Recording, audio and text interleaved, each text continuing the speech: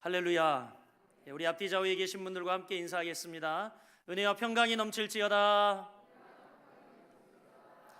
다시 한번 인사 전혀 하지 않는 분들과 인사하겠습니다. 은혜와 평강이 넘칠지어다. 명절 끝나고 여러분 더 밝은 얼굴로 오셔서 참 감사하네요.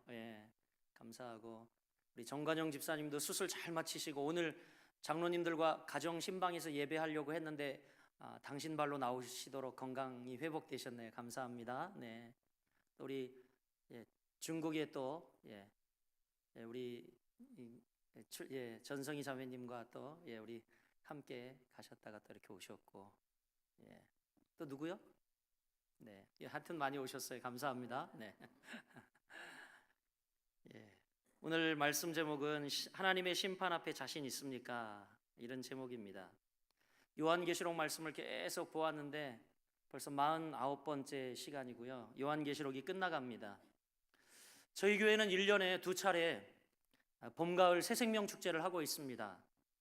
올해는 11월 첫 주와 둘째 주일 계획되어 있죠. 여러분 주보에 바로 따끈따끈하게 어제 구워서 온 전단지가 삽지가 되어 있을 겁니다.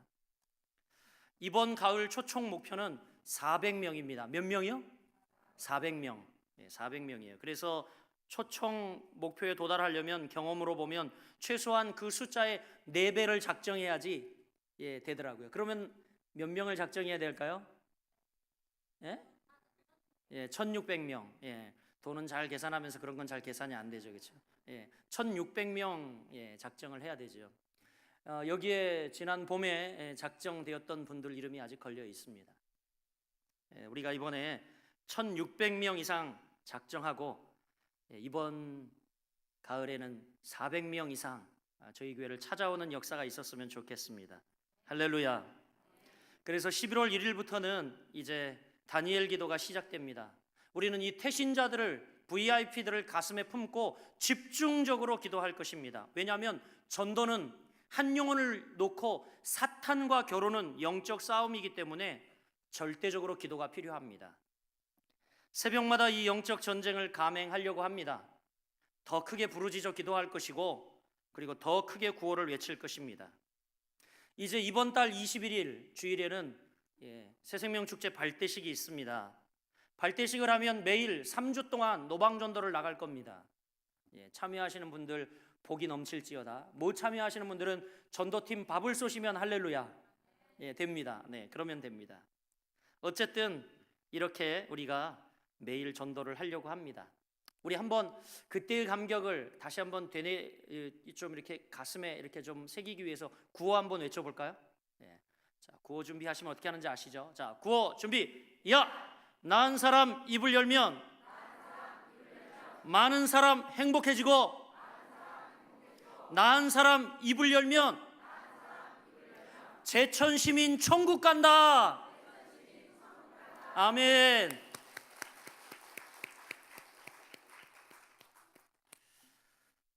여러분 로댕의 생각하는 사람이라는 조각 작품을 아시죠?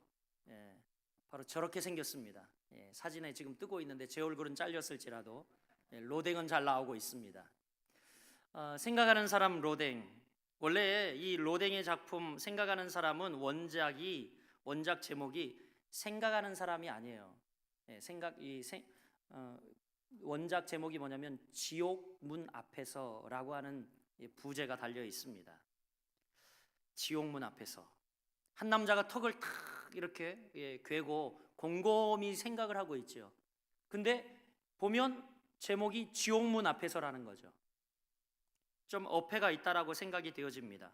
제목을 누가 지었는지 모르겠지만 여러분 지옥 문 앞에서라는 제목은 타당치 않아요. 왜냐하면 지옥 문 앞에 이르렀다면 이미 늦은 거죠. 때늦은 후회라는 겁니다. 이미 늦었기 때문에 지옥 문 앞에서 아무리 생각을 한들 아무 소용이 없다라는 거죠. 이 만드기가 죽어서 지옥에 갔다고 합니다. 이 지옥에 갔더니 지옥 사자가 나와서 반기면서 이 지옥에는 5개 방이 있는데 만드기 네가 선택을 해라 그러더랍니다. 첫 번째 방은 어떤 방이었냐면 큰 솥에 물이 펄펄 끓는 겁니다. 거기 들어가야 되는 거죠. 만덕이가 고개를 절레절레 저으면서 저는 죽어도 못 들어갑니다 그랬어요. 두 번째 방으로 갔어요. 두 번째 방은요, 유리 조각으로 가득한 방이었습니다. 거기서 포복을 하고 뒹굴어야 하는 그런 방이었죠. 어우, 끔찍해요. 피 보는 거. 저는 그래서 세 번째 방으로 지옥의 사자가 인도를 했어요. 세 번째 방은 어떤 방이었냐면 거기에는 이제 구르는 방이에요. 계속 굴러야 됩니다. 안 구르면 채찍으로 때리기 때문에 계속 굴러야 돼요. 자기는 구르는 거 평소에도 자신이 없어서 네 번째 방으로 가자고 했어요. 네 번째 방에 갔습니다. 네 번째 방은 어떤 방이었냐면 독사들이 우글우글한 방이었어요. 끔찍하죠, 생각만 해도. 그래서 난 저기는 죽어도 못 들어가겠다. 마지막 다섯 번째 방을 갔어요. 야, 거기는 갈만한 거예요. 뭐냐면 사람들이 이 싼 소변으로 가득 채워 있는 방인데 저마다 다 목만 이렇게 내밀고 있더랍니다. 그러니까 그냥 사우나 가서도 목만 내밀고 앉아 있는데 저 정도쯤이야 그래도 제일 만만하다고 생각이 되었어요. 그래서 만드기가 다섯 번째 방을 선택했어요. 이제 그 방에 옷을 벗고 들어가자마자 이제 목만 딱 내밀고 서자마자 지옥의 사자 조교가 등장해서 이렇게 이야기합니다. 전체 휴식굿, 지금부터 1000년 동안 잠수 실시. 그러더랍니다. 아마 집에 가서 웃으실 분들 많은 것 같아요. 이게 충청도식이죠, 그렇죠? 사랑하는 여러분, 예수 믿고 이미 하나님의 자녀가 된 우리나 또 아직 하나님을 믿지 않는 많은 사람들, 우리 앞에 있는 최후의 심판, 지옥, 영원한 불못, 이것이 분명히 성경에 기록되어 있는 사실이라는 것에 대해서 우리는 한번 생각해 봐야 합니다. 우리는 지금 한번 곰곰이 이 자리에서 마치 생각하는 사람, 저 로댕처럼, 아니 정확하게 제목이 지옥문 앞에서라는 제목인데 한번 우리도 머리 숙이고 손에 턱을 개고 조용히 생각해 봐야 합니다. 뭘요? 정말 그런 것이 있나? 여러분, 정말 그런 것이 있나? 생각해 봐야 하죠. 만약 그런 것이 있다면 나는 과연 어떻게 될까? 그리고 또 예수님을 믿으면 가지 않는다는데 그것이 사실일까? 생각해 봐야 합니다. 비록 예수님을 지금 나는 믿고 있지만 나는 그곳에 가지 않을 자신 있나? 생각해 봐야 한다는 거죠. 우리 옆 사람에게 한번 물어보세요. 거기 가지 않을 자신 있수? 깊이 생각할 문제입니다, 여러분. 진짜 이 문제는 결코 단순한 문제가 아니에요. 결코 웃고 넘길 문제가 아닙니다. 그리고 그렇다고 무조건 배짱 가지고 우리가 튕겨볼 문제도 아닙니다. 안타깝게도 오늘날 많은 사람들이 죽음이나 심판을 우습게 가볍게 여깁니다. 참으로 어리석은 일이죠. 이제 교회에서는 아예 심판에 대한 설교가 없어졌습니다. 하질 않습니다. 그저 복복복복. 성도들도 그래요. 심판이나 책망하면 교회를 다 떠난다 그래요. 징벌을 하면 다 떠난다 그래요. 그런데 복복복복 그러면 그 교회는 부흥하고 많이 모인다 그러죠. 희한하죠. 참으로 여러분, 심판을 우습게 여기는 건 어리석은 일입니다. 히브리서 9장 27절은 이렇게 이야기합니다. 한 번 죽는 것은 사람에게 정하신 것이요 그 후에는 뭐가 있다고요? 심판이 있으리니. 한 번 죽는 것은 사람에게 정해진 일이라고 이야기를 합니다. 첫째 사망은 여러분이나 저나 누구에게나 다 정해진 일이고 그 후에 반드시 심판이 있노라 우리에게 말씀하고 있습니다. 인간이 육체적 죽음을 맛보는 것, 이것은 하나님이 정해놓은 일이에요.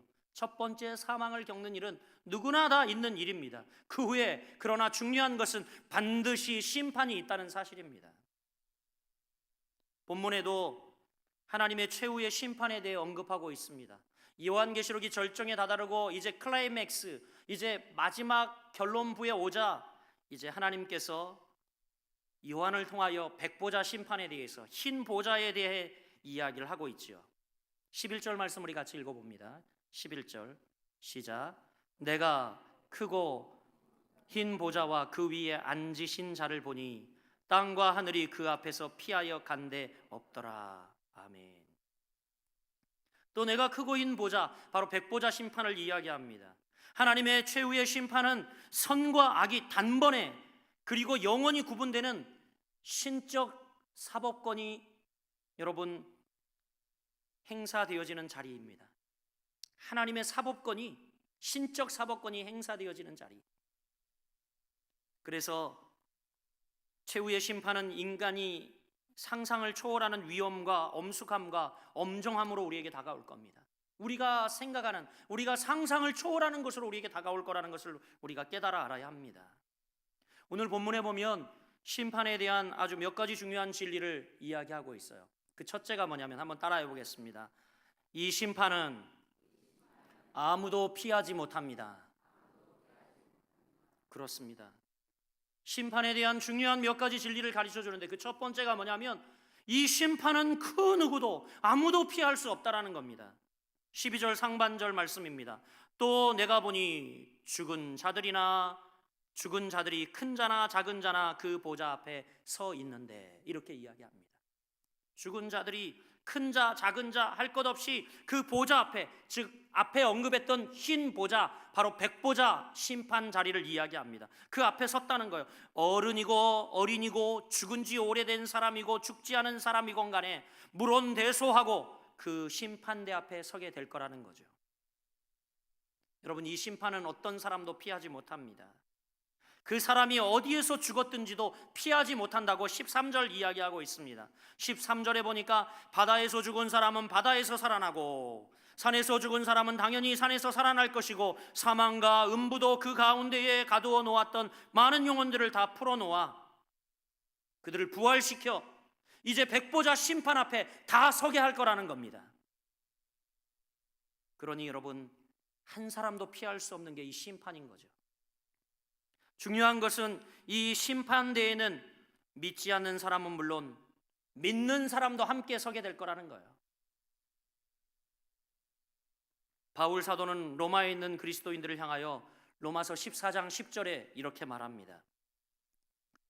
떠 있는데 같이 읽어보죠. 시작. 내가 어찌하여 내 형제를 판단하느뇨?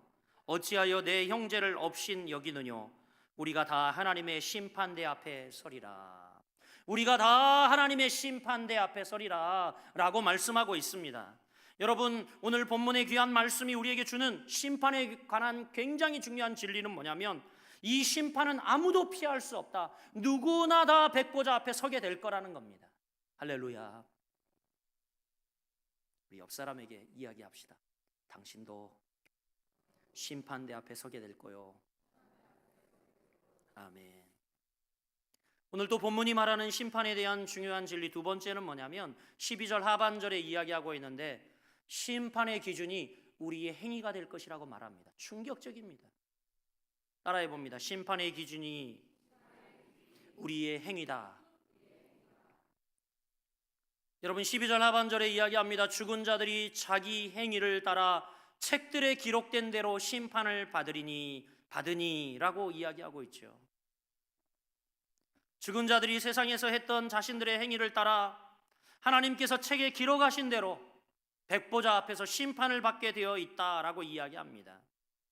이 사실이 얼마나 중요한지 13절 하반절에도 똑같이 반복하고 있어요. 각 사람이 자기 행위대로 심판을 받고, 13절 하반절에 그렇게 기록되어 있습니다. 각 사람이 자기 행위대로 심판을 받고, 우리의 모든 행위가, 우리의 의식에서는 가물가물 희미해진 행위가 하나도 빠짐없이 행위록에 기록이 되어서 그 행위를 따라 그 책에 기록된 대로 우리가 심판을 받게 될 거라고 말합니다. 마치 말이죠, 자동차 블랙박스처럼 우리가 다닌 모든 것을 다 찍어 놓듯이, 마치 비행기 블랙박스가 다닌 모든 항로와 통신한 내용까지 다 기록하고 다 저장하듯이 말이죠.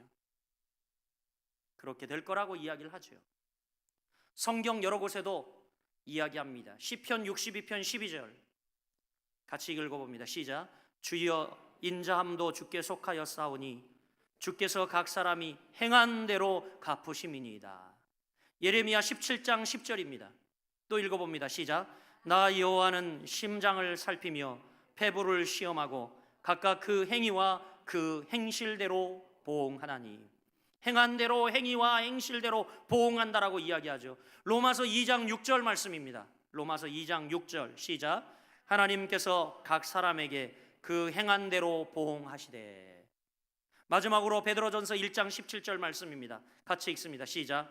외모로 보시지 않고 각 사람의 행위대로 판단하시는 자를 너희가 아버지라 부른즉 너희의 나그네로 있을 때를 두려움으로 지내라.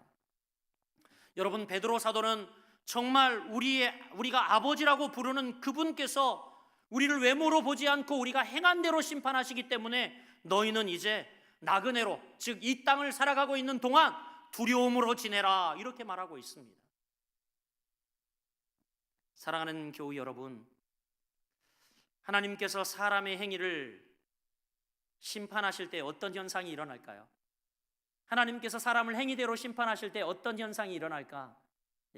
그것은 믿지 않는 자들과 믿는 자들로 구분이 되는데, 믿지 않는 사람들은요, 자기 행위가 여지없이 드러날 때에 소스라치게 놀랄 것입니다. 우리도 다 잘 알지만 여러분, 믿지 않는 사람들 특히 얼마나 자신의 엉터리 같은 삶의 기준으로 이 땅을 살아가고 있습니까? 그러니까 엉터리 같은 삶의 기준으로 살다가 하나님의 기준을 보고 나중에 깜짝 놀라는 거예요. 이럴 수는 없다는 거죠. 오래된 선배 목사님의 이야기입니다. 이 목사님이 이 6.25 이 피난민촌 있는 이 마포 지역에서 목회를 했는데 그런 이야기를 하시더라고요. 어떤 한 성도님, 30대 되신 성도님이 폐결핵에 걸렸대요. 이제 곧 죽게 되었노라고 신방을 와달라고 그래서 찾아갔다고 합니다. 그런데 죽어가고 있어요. 피를 토하면서 이제 누우면 계속 기침이 피를 토하게 되기 때문에 눕지도 못하고 쪼그려 앉아가지고 죽어가고 있는 겁니다. 아내도 그냥 차라리 죽는 게 낫지 하는 식으로 무심코 아주 관심도 쏟지 않고 있어요. 목사님이 이분에게 다가가서 이제 신방을 하는데 이분이 이야기를 합니다. 목사님, 저 너무 억울합니다. 이대로 죽긴 참, 제가 30대 아닙니까? 30대 초반인데 목사님. 그러면서 하는 이야기가, 목사님, 저는 피난 나올 때 죽은 사람 시체도 밟지 않았어요. 제가 무슨 죄가 있나요? 하나님이 이러실 수 있나요? 라고 성토를 하더랍니다. 여러분, 한번 생각해 보십시오. 이제 피토하고 죽어갈 정도가 되었으면 인간의 죄성을 인정하고 그리고 고백하며 하나님, 나를 용서하여 주옵소서, 천국으로 인도하여 주옵소서, 그래야 되는데 그러지 아니하고 피를 토하며 죽어갈 정도가 되었으면서도 그의 고백은 시체를 밟지 않고 나왔다는 거예요. 그게 하나의 자랑거리입니다. 그것이 그의 도덕적 기준인 거예요. 끝까지 잘했다는 거죠. 나만큼 산 사람 있으면 나와보라는 겁니다. 세상 사람들, 세상 여자들 다 그렇게 산다고 호언하죠. 그렇잖아요, 여러분. 세상 사람들 보면 그래도 내가 너보다 나아야, 교회 다니는 너보다 나아야 이러면서 우리를 막 비난하고 그러면서 그럽니다. 그러잖아요, 여러분. 내가 착한 일을 해도 너보다 많이 했어야. 그래서 예수 믿으러 가면 뭐라고 이야기합니까? 아나 네 주먹이나 믿어라 그래요.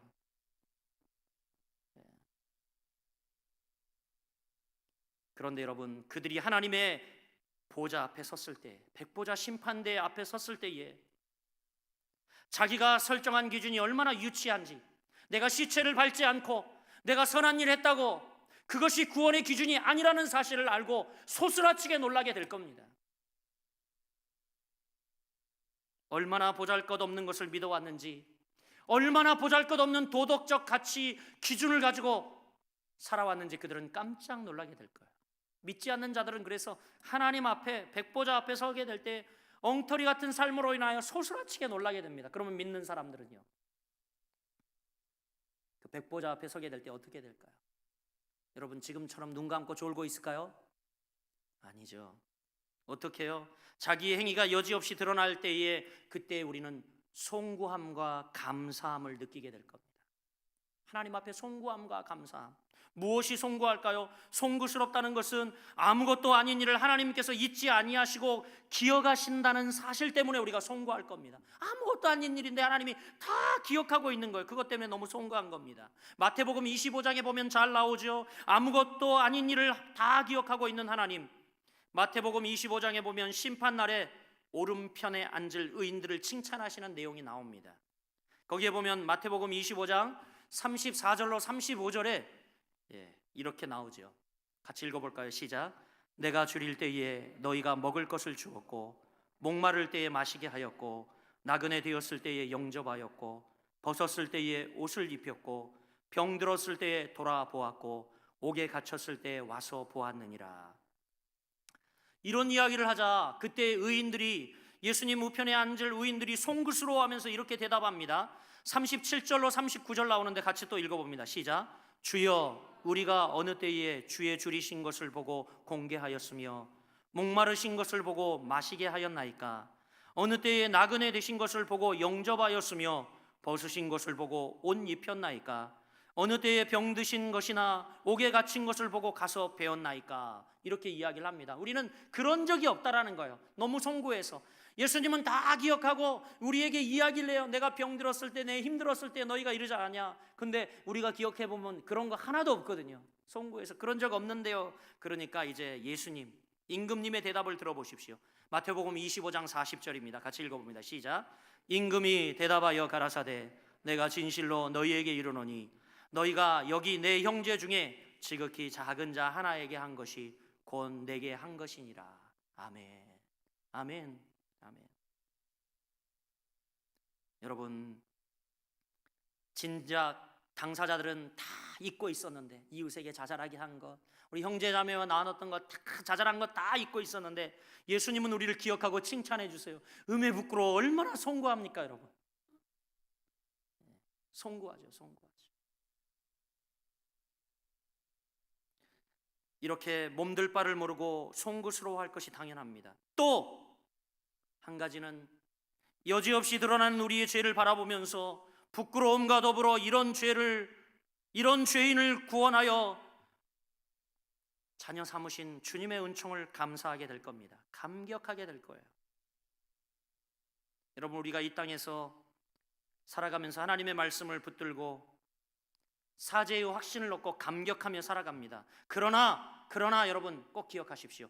진짜 하나님 심판대 앞에 섰을 때 영생, 영벌 이것이 결정되는 그 순간에 여러분들이 진짜 사죄의 은총이 얼마나 큰지 그때 진짜 감격스럽게 여러분 그 감격을 맛보게 될 거예요. 지금 여러분 지금 주신 구원의 감격과 기쁨도 대단히 크잖아요. 그런데 이거는 아무것도 아니에요. 아무것도 아니에요. 진짜 하나님의 백보자 심판이 우리에게 임할 때에 이제 예수님이 선고망치를 가지고 김정일 영생, 감격과 기쁨. 지금 여러분 이 땅에서 누리는 것과는 비교할 수 없는 줄 믿으시길 바랍니다. 할렐루야. 우리 옆 사람에게 선포합니다. 바로 당신 영생. 그러면 할렐루야 그래야죠. 다시 한번요. 예, 바로 당신 영생. 할렐루야. 아멘. 할렐루야. 여러분 진짜 하나님의 백보자 심판 앞에서 영생이냐 영벌이냐 가리워질 때에 정말 우리는 너무 감사하고 너무 감격스럽고 사죄의 은총이 얼마나 큰지 놀라운 은혜를 여러분 맛보게 될 것입니다. 그 보좌 앞에서 여러분은 이렇게 소리치게 될 거예요. 하나님, 이런 죄인을 용서하시다니요. 예수님의 십자가의 보혈이 없었다면 나는 아무것도 아닙니다. 아마 이렇게 고백할 겁니다. 사랑하는 여러분, 심판의 기준이 우리의 행위임을 여러분 믿으시고 우리 예수님 오실 때까지 바로 살아가는 저와 여러분 되길 주의 이름으로 축복합니다. 마지막입니다. 오늘 본문이 심판에 대해 중요한 진리를 가르쳐주고 있는 세 번째는 뭐냐면 바로 지옥은 영원한 고통뿐이라는 겁니다. 우리 옆 사람에게 각인되도록 이야기합시다. 지옥은 영원한 고통뿐입니다. 예, 강조해야 돼요. 영원한 고통뿐입니다. 아무리 강조해도 지나치지 않아요. 여러분. 요즘 천국 지옥 설교가 없어지고 형벌에 대한 설교가 없어졌어요.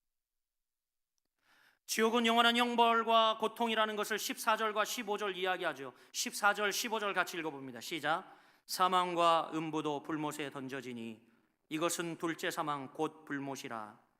누구든지 생명책에 기록되지 못한 자는 불못에 던져지더라. 아멘.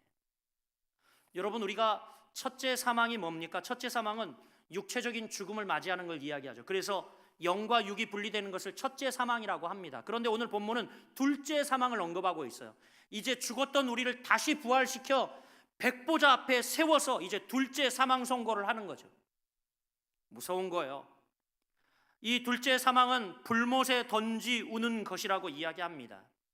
즉 이것은 너무 무서운 거예요. 하나님과 영원히 단절되는 무저갱 가운데 던져지는 것을 이야기합니다. 하나님과 영원히 단절되는 것.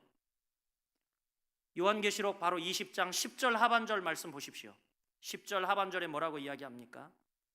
거기에 이제 이 미혹하던 자들, 마귀 이런 것들이 다, 거짓 선지자들도 다 던져지는데 뭐라고 이야기하죠? 세세토록 밤낮 괴로움을 받으리라, 이렇게 이야기하죠.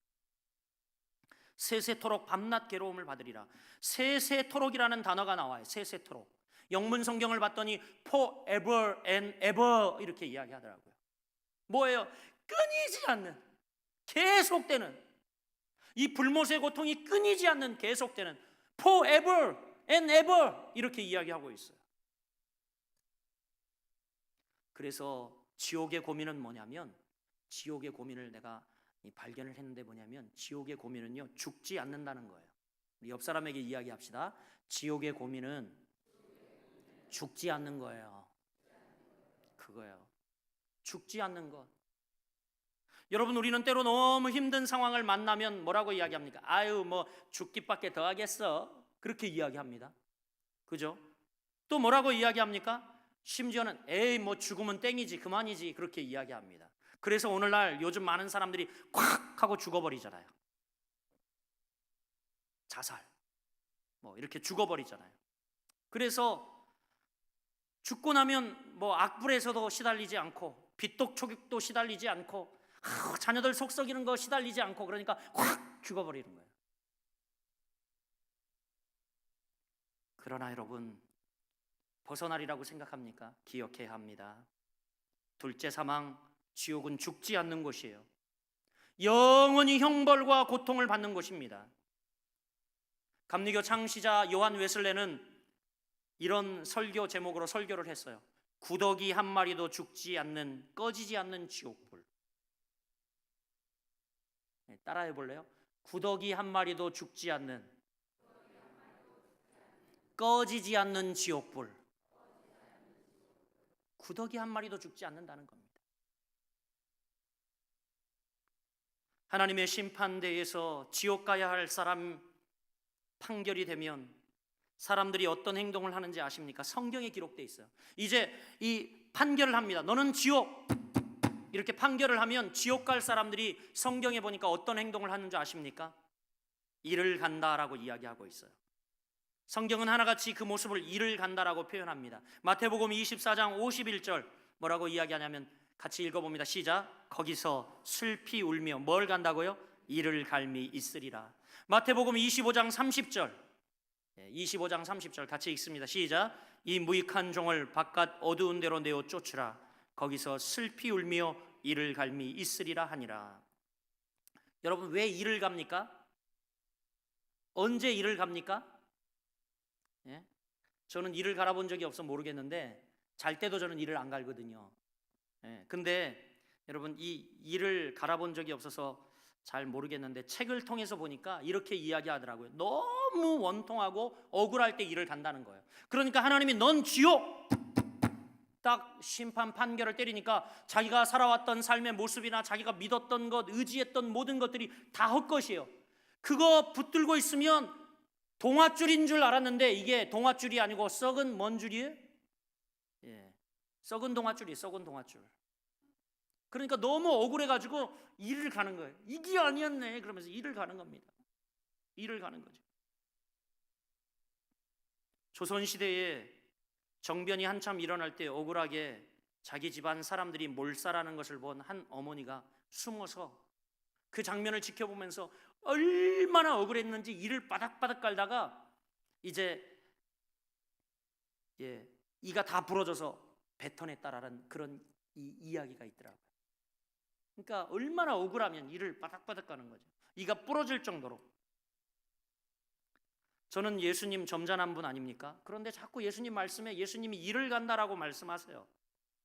왜 점잖은 분이 일을 간다고 말씀하실까 언짢게 생각했는데, 여러분, 우리도 함부로 사용할 수 없는 무서운 말이지 않습니까? 그런데 예수님의 입에서 사정없이 일을 갈리라 이렇게 나와요. 마태복음 24장 25장에 계속 불순종하고 하나님 앞에 불의를 행하는 종을 향하여 너는 거기서 슬피 울며 이를 갈미 있으리라, 예수님이 단언 선언하고 있는 말씀입니다. 이렇게 점잖은 분이 왜 그렇게 말씀하실까? 저는 깊이 묵상하다 깨닫게 되었어요. 예수님은 그 무서운 심판을 너무 잘 알고 계시기 때문에 말씀을 그렇게 하시는 거예요. 이 심판이 얼마나 엄정하고 무서우면 우리에게 이를 갈미 있으리라, 이런 표현을 쓰며 말씀을 하시는 거죠. 예수님은 이 심판이 무서움을 알고 마태복음 5장 29절 30절 우리에게 이렇게 이야기합니다.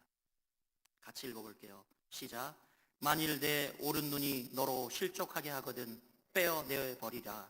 내 백체 중 하나가 없어지고 온몸이 지옥에 던지우지 않는 것이 유익하며, 또한 만일 내 오른손이 너로 실족하거든 찍어내버리라. 내 백체 중 하나가 없어지고 온몸이 지옥에 던지우지 않는 것이 유익하니라. 지옥 가는 것이 얼마나 합당치 않으면, 얼마나 억울한 일이면 차라리 눈 빼어버리고 손 하나 잘라버리고 지옥 안 가는 것이 낫다라고 이야기합니다.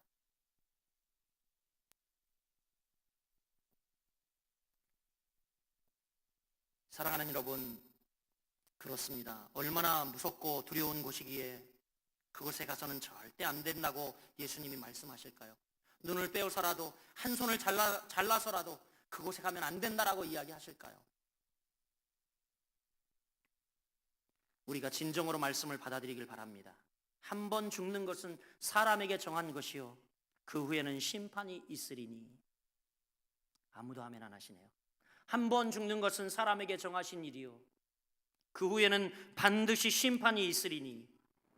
여러분, 우리가 이 말씀을 믿는다면 가만히 앉아 있어서는 안 됩니다. 우리가 옷을 벗고 편안히 잠자리에 들어서는 안 되죠.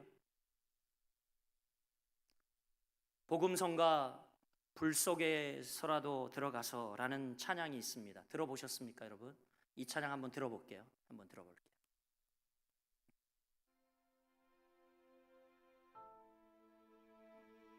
찬양의 가사를 여러분 조금만 목이 더 크게 해주십시오.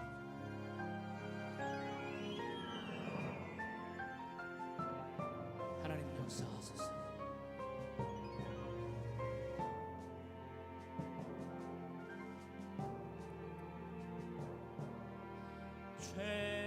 죄악된 세상이 방황하다가 천국과 지옥도 나니 몰랐네. 고집대로 영지기 험한 세상이 왜 그리 더러운지 이제야 아네. 불 속에라도 들어가서, 불 속에라도 들어가서 세상에 널리 전하리 주의 사랑이. 당자를 살려준 주님 말씀에 죄인의 두 다리 묻어두었네. 아들이여 일어나 내 손을 잡고 나 남은 몸 모든 영혼 바치라네.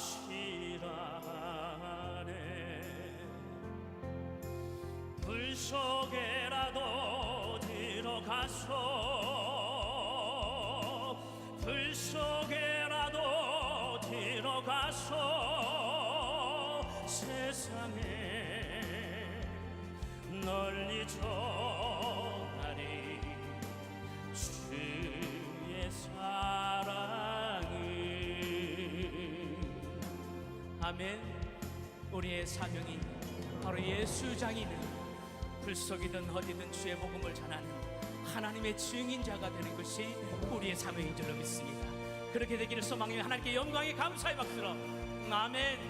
할렐루야. 주님 감사합니다. 아멘.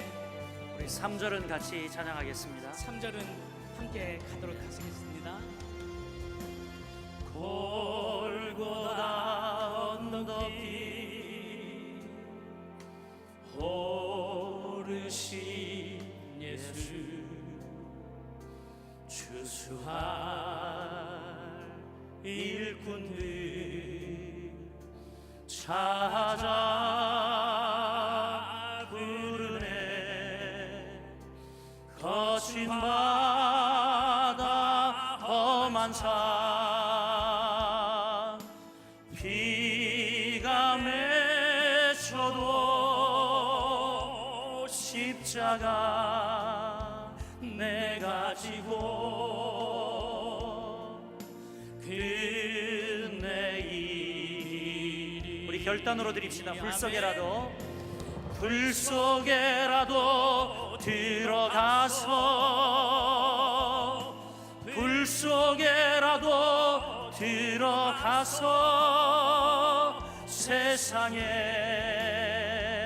널리 전하리 주의 사랑을. 불 속에라도 들어가서 불 속에라도 들어가서 세상에 널리 전하리 주의 사랑을.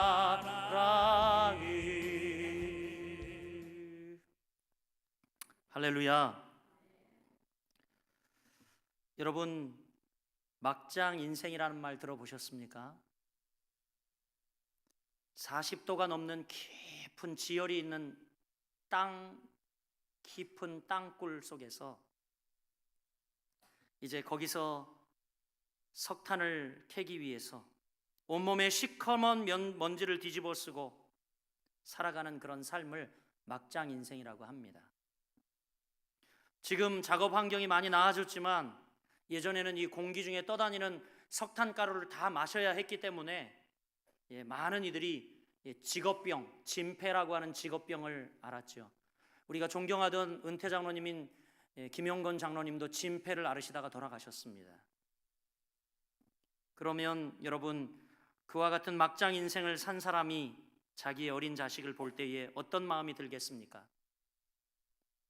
사랑하는 아들아, 공부 열심히 해서 너도 나를 따라 탄광에 와서 일해라, 이런 마음이 들까요? 절대 아닐 겁니다. 이런 아버지는 천하에 없을 겁니다.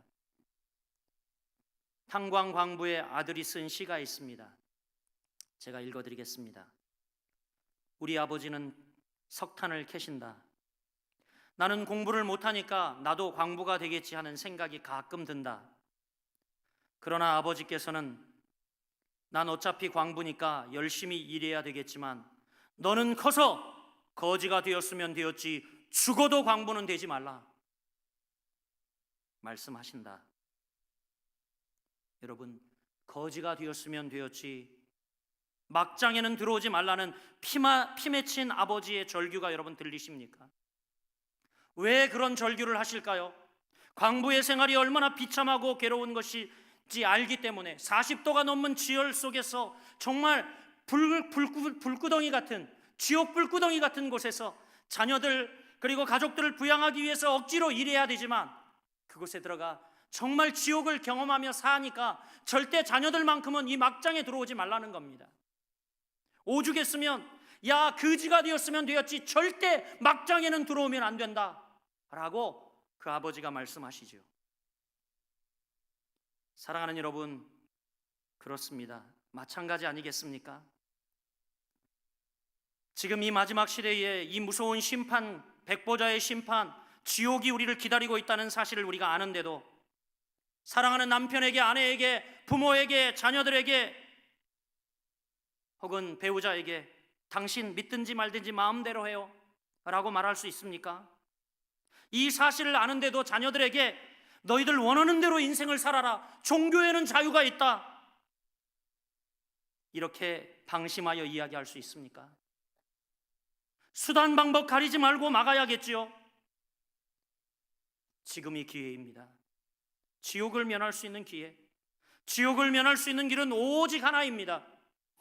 나의 죄를 홀로 지고 십자가에 죽으셨다가 3일 만에 부활하신 예수 그리스도를 내 마음에 모시면 그 길만이 지옥길을 면할 수가 있습니다.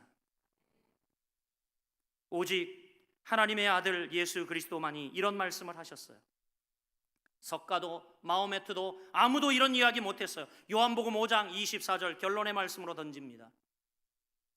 내 말을 듣고 또 나를 보내신 이를 믿는 자는 영생을 얻었고 심판에 이르지 아니하나니 사망에서 생명으로 옮겼느니라.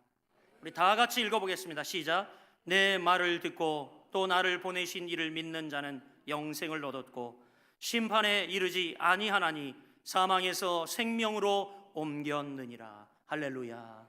이 귀한 복을 여러분과 제가 받아 누리게 되기를 주님의 이름으로 축원합니다. 하나님 아버지